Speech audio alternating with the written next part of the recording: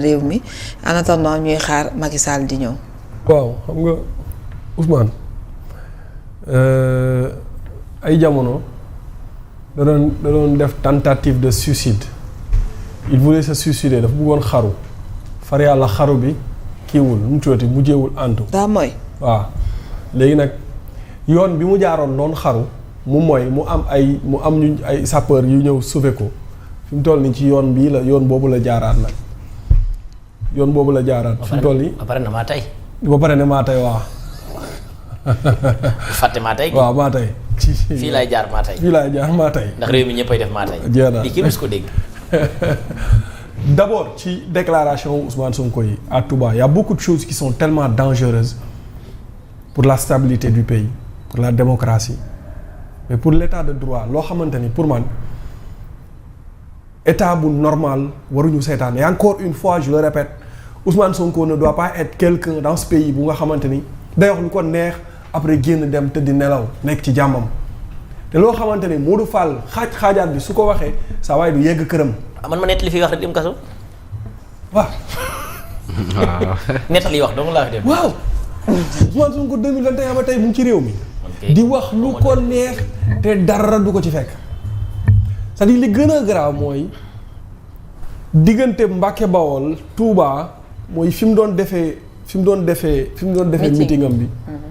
kaddu yi mu yëkkati yëpp kaddu yu jëmale yi mu jëmale Touba la ville sainte al mahrousa en fait la ville protégée est-ce que gars yi xam nañ ci yan conditions en fait le Cheikh Ahmadou Bamba Khadimul Khadim c'est-à-dire choisir Touba ak le nom de Touba ak la ville géographiquement parlant c'est-à-dire nan la Serigne Touba def ba choisir zone boobu noonu ak le tour comment il l'a choisi en fait c'est-à-dire ak statut bi nga xamante ne moom la Touba am yan sacrifice la Serigne Touba def ba am ko c'est-à-dire à un moment donné ñi dëkk Touba li may wax nii ñi dëkk Touba ànd ak Ousmane Sonko laay waxal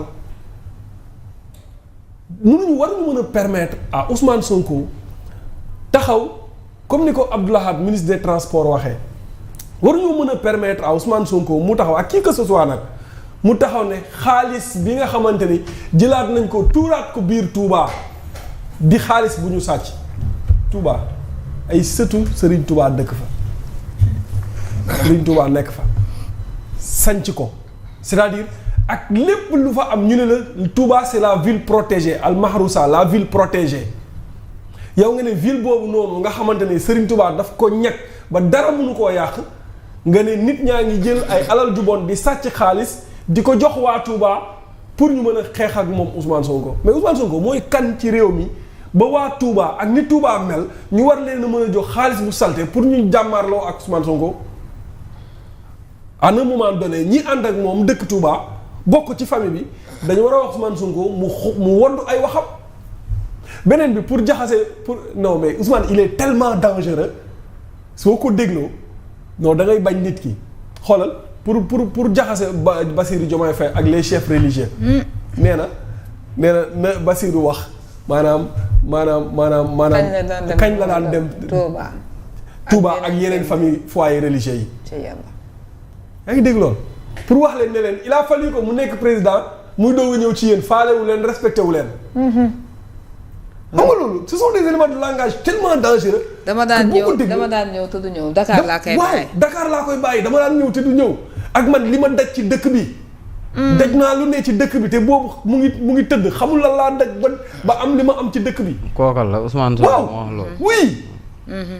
mu ne yeneen famille religieux yi dama fa daan dem laaj leen ko lan moo tax avant muy nekk président daanul ñëw foofu noonu c'est des éléments de langage tellement dangereux yu nga xamante ni mu ngi jéem a jaxase les familles religieuses ak Bassirou Diomaye Diakhar Faye. mais kenn du ko déglu. Sonko il a toujours été comme ça. non il a toujours été déggoo li ma la wax dama ne la maanaam arme bi mu yoroon. waaw et mos naa ko fi wax nee naa leen Sonko benn stratégie de xeex la am muy confrontation garsa ray ma dee nit ñi xam ne yow yaa ma rey wala ma rey la. ak manipulation loolu la xam te ci loolu lay nekk te Ousmane mosul wax dëgg. tàyyi naa wax loo xamante ne dëgg la en fait. Ousmane Sonko daf ñu gën a jaayante ñun si Touba ñun ñu yàgg dem Xelkom yàgg jaayante ci naaj bu tàng bi moom dafa gën a doon ay muridullah moom du sax murid léegi nag li gën a li loolu c'est tellement dangereux que gars yi il faut ñuy bàyyi xel ci yenn manipulation yooyu noonu beneen bi ci des mooy Bassirou Diomaye Faye xam nga à chaque fois yéen a ngi koy dégg fan yi muy dànkaafu armée ak police mais de quoi Ousmane Sonko a peur bay dànkaafu naan xeex bi bu ci yoonu police nekk bu ci yoonu gendarmerie nekk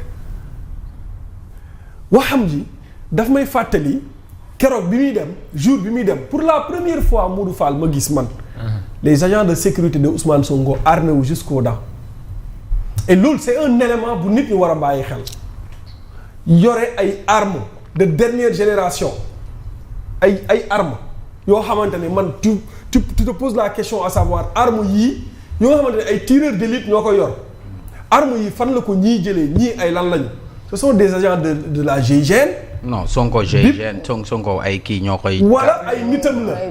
non je ne pense pas ci li ma dégg xanaa même bu dee BIP la ak GIGN. mosoo gis mosoo gis kay loolu moom mooy wax ji. même bu dee BIP on n'a jamais vu. mosoo leen gis GIGN ak BIP ànd ak président wala président assemblée nationale armé woo nii toog ci biir oto. tey arme mel ni kuy dem guerre et ça me rappelle beaucoup de choses yoo xamante ni da nga koy gis dans les autres pays. waaw ok.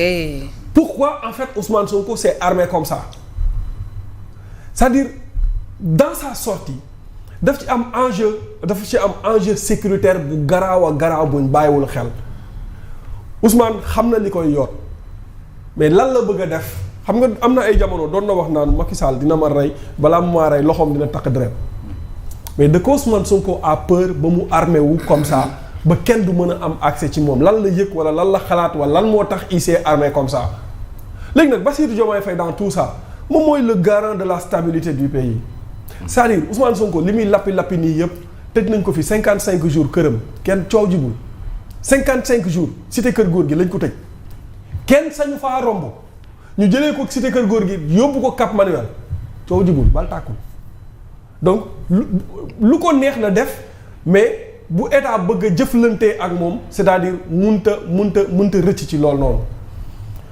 le cas de Ousmane Sonko ñiy gëstu il faut ñuy bàyyi xel bu baax a baax yii Madiambal Diagne di wax. c'est important. Fatima Madiambal waxantuwul. day wax de.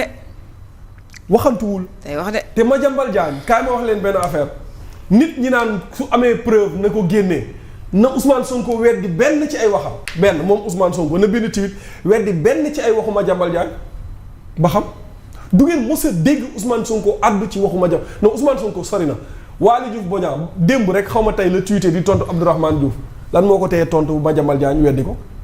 tontu na du ko tontu. Ciré Clédor Ly lan moo ko teree dugal plainte boobu gars yi doon wax na duñ ko def c'est-à-dire dafa am benn énorme enjeu sécuritaire autour de l'affaire Ousmane Sonko. et ça yooyu tamit nag suñu corps de contrôle yi aussi tamit war nañoo jug de. non yooyu maa ngi ci ñëw et ça. il faut que maanaam la sécurité les renseignements gën a liggéey ci côté boobu noonu beneen bi mooy Ousmane Sonko soxna si dafa yor 2 ans état bu Sénégal 2 ans di exécuter la politique publique du gouvernement du président de la République ñaari at mais dafa def ay looxóor saawaay mais loolu ça doit se savoir ñaata yoon lañ toog fii di laaj bulletin statistique de la dette tey ñu tëmbal ñu benn bulletin statistique de la dette boo xamante ni 2019 2024 la yem ñu toog ba tey maanaam ñu tëmbalal ñu benn ne ñu en attendant yeneen yi di ñëw. boo xam du sax ñoom. waa léegi lan moo waral dugal naa ko ci groupe bi. lan moo waral ñu toog ba tey jii te ñun ñu yàgg laajte bulletin statistique de la dette kenn lijjantiwuñ il a fallu que Ousmane Sonko dem pour ñu mën a indi. bulletin statistique de la dette.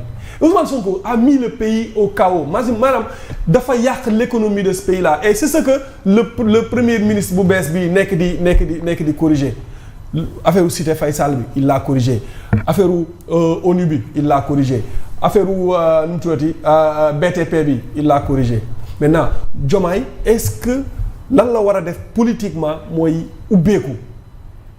ubbeeku pour mën a gën a waxtaan ak ñi nga xamante ni seen xam-xam màcc na ci wàllu wu ne ci doxal réew mi pour mu woo leen pour ñu ñëw liggéeyal ko maintenant politiquement nag am na noo xamante ne noonu lay tojee bopp dina xam diggante moom ak Macky Sall ak Karim Meïssa Wade saa waay dama ne politique du animosité Bassirou Diomaye Faye mii ba mu nekkee ci kaso bi la woo Amadou Ba ak kii la woo Amadou Sall mais loolu pourquoi ça n'a choqué personne Bassirou Diomaye Faye moo woo Amadou Sall ne ko dafa bëgg waxtaan foofu la waxtaan bi commencé diggante Macky Sall ak Bassirou Diomaye Faye.